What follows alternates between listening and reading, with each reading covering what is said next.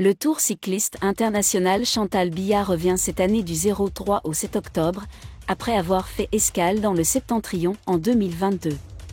La présentation officielle de la course a eu lieu le 13 septembre à Yaoundé, en présence du directeur technique national de la Fédération camerounaise de cyclisme, FECACyclisme, Joseph Evouna. Désolé de vous interrompre, ce rapport peut contenir des commentaires soumis au choix de l'auteur. S'il vous plaît, si vous êtes nouveau sur cette chaîne, veuillez vous abonner et activer la cloche de notification. De cette façon, vous serez averti lorsque nous publierons de nouveaux rapports sur cette même chaîne. Merci. Il a dévoilé le programme de cette 23e édition, qui sera parrainée par la première dame du Cameroun. La compétition se déroulera en 5 étapes, avec un départ à Kribi, une ville balnéaire située dans la région du Sud. Les coureurs parcourront ensuite 165,2 km entre Yaoundé et Eboloa, Golandom, puis 104,5 km entre Eboloa Mangong et Sangmelima. La 4e étape sera la plus courte, 96,3 km, mais aussi la plus difficile, avec un relief très accidenté entre Sangmelima et Méomessala. Enfin, la dernière étape reliera Sangmelima à Yaoundé sur 168 km, où se tiendra la cérémonie de clôture.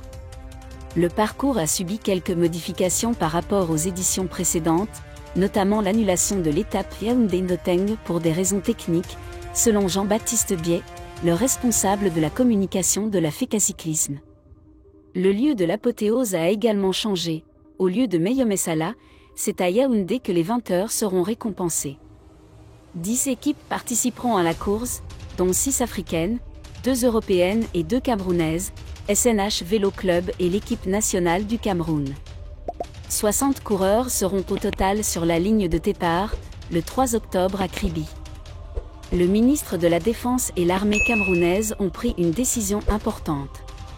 Le 13 septembre 2023, à l'Efong de Mokchboum, dans l'est du pays, le ministre délégué à la présidence chargé de la Défense, Joseph Betty Assomo, a remis le drapeau au 10e contingent camerounais qui part en mission de paix en Centrafrique, sous l'égide de l'ONU.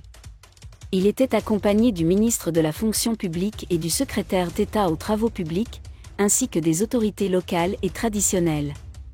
Le contingent qui va rejoindre la MINUSCA a reçu une formation complète sur les équipements et les techniques opérationnelles. Il a été certifié par les experts onusiens. Le MINDEF a rappelé aux soldats de la paix qu'ils devaient respecter la discipline et les règles d'engagement dans leur mission en RCA. Il leur a demandé de faire honneur au Cameroun et de revenir avec le drapeau intact. Il leur a aussi conseillé de s'adapter à l'évolution de la situation sur le terrain, où il y a d'autres acteurs bilatéraux avec des objectifs différents des leurs. Il leur a également recommandé de tenir compte de l'état d'esprit des populations locales et de certains acteurs du pays voisin. Merci d'être resté avec nous jusqu'à ce point, comme toujours pour promouvoir la liberté d'expression. Laissez vos opinions à ce reportage dans la section commentaires ci-dessous. Si vous avez aimé cette vidéo, merci de liker, partager, commenter et surtout vous abonner à la chaîne. Et on se retrouve très vite pour une prochaine vidéo.